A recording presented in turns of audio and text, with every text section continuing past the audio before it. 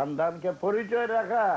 এর জন্য এই যে নির্লজ্জ মেয়েরা দাবি দিচ্ছে কি আমাদের পরাধীন রাখাচ্ছে, আমাদের স্বাধীনতা দেওয়া উচিত না। এভাবে স্বাধীনতা দিয়া দিলে কেউ কারো বংশকে পরিচয় রাখতে পারবে না। পারবে? হ্যাঁ, গরু ছাগলের বাচ্চার মতো মানুষের ঘরে বাচ্চা জন্ম নিবে কি না? হ্যাঁ। এবং ইসলামে মেয়ে লোককে যা মর্যাদা দিছে, দুনিয়ার কোন ইজম, দুনিয়ার কোন আইন, দুনিয়ার কোন রাষ্ট্রের ক্ষমতা নাই যে মেয়ে লোকরে এই পরিমাণ সম্মান দান করত। ইসলাম ধর্মে যা সম্মান দান করছে, হায় রে হায়, মুসলমানের মেয়ে।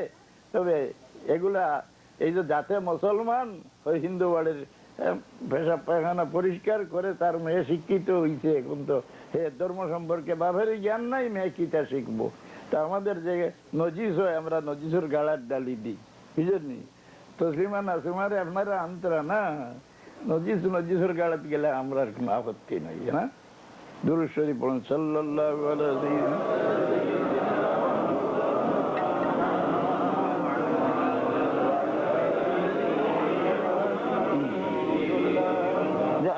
বলেন মানুষ জাতের সম্মান আমার সৃষ্টির মধ্যে সবচেয়ে ঊর্ধ্বে, কিন্তু এর মধ্যে সবচেয়ে সম্মান কার বেশি? ইন্না আকরামাকুম ইনদাল্লাহি আতকাকুম, তোমাদের মধ্যে যে পরেশগার তার সম্মান সবচেয়ে বেশি। কোন পরেশগার মাথায় পাগড়ি আছে, বোরকার মতো কুর্তা আছে, ইহুদির মতো দাড়ি আছে, তসবি হাতে সব সময় রাখে, ঘুমাইলেও তসবি পড়ে, এই বেটা কি পরেশগার না?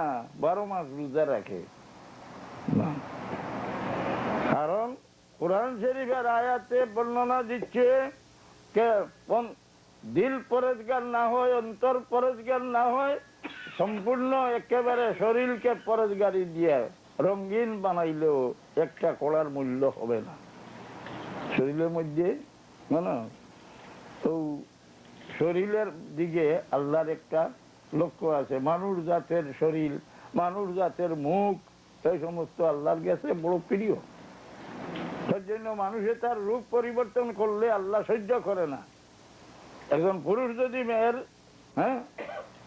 আকৃতি নেয়, কাপড় ব্যবহার করে, কিংবা আমাদের মুসলমানের ছেলেরা সোনা ব্যবহার করতে আছে না, গলায় সোনার হার দে, জানিয়ারা করে বাবু অকল, এটা কেবল হারাম নয়, এটা একেবারে মানুষের ধ্বংসের কারণ।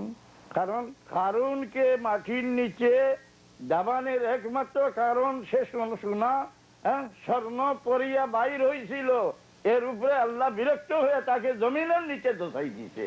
আপনারা কি নিচের দিকে নামতে চান? কারণ জমিনের নিচে এমন ভাবে ঢুকছে কে প্রত্যেক দিন এক পুরুষ পরিমাণ হেসে নিচে দিয়ে কিয়ামত পর্যন্ত দাবিতে থাকবো। তার দোষ কি? খারাজা আলা ফি জিনাতিন মিনাল কওম, না, এই স্বর্ণ পরিয়া বাইর হয়েছিল, তার নচে ফল হইল, তাকে আল্লাহ জমিনের দোষাই দিছে। আমাদের বাচ্চা ফিচ্চাকে ছেলেদের স্বর্ণ ব্যবহার করাইয়া আপনারা কি চান তাদের অধঃপতনে দেওয়া, তাদের জমিনের নিচে দেওয়া? অবনতির একমাত্র কারণ হইব যে এই জিনিসটা ব্যবহার করিও না বাবু। আপনাদের পয়সা আছে, নিজের বাপের পয়সা দিয়া ব্যবহার করতে আসো, এতে আমি বাধা দেওয়ার তো উচিত নাই, কিন্তু আপনাদের জীবনের শেষ ফলাফলটা বড় খারাপ। তো পরেশগার কে? কুরআন শরীফে আল্লাহ বলছে, ওমান ইউআযযিম শাইরাল্লাহ ফাইন্নাহা মিন তাকওয়াল কুলুব। এ তাসবিহ পড়ায় পরেশগার হয় না, জিকিরেও পরেশগার হয় না, নফল ইবাদতে পরেশগার হয় না, পাগড়ি আর লম্বা কুর্তা লম্বা দাড়ি দিয়ে পরেশগার হয় না। তার অন্তর পরেশগার না হইলে সে পরেশগার হইতে পারে না। অন্তর পরেশগার কিভাবে বানাল যায়? মানুষের অন্তরের মূল্যে মানুষের মূল্য না, বাইরের চামড়ার মূল্যে মানুষের মূল্য? অন্তরের মূল্য। ওমান ইউআযযিম শাআইরাল্লাহ ফাইন্নাহা মিন তাকওয়াল কুলুব। আল্লাহর সংসর্গী জিনিসের সম্মান যারা করে তাদের অন্তর পরেশগার হয়।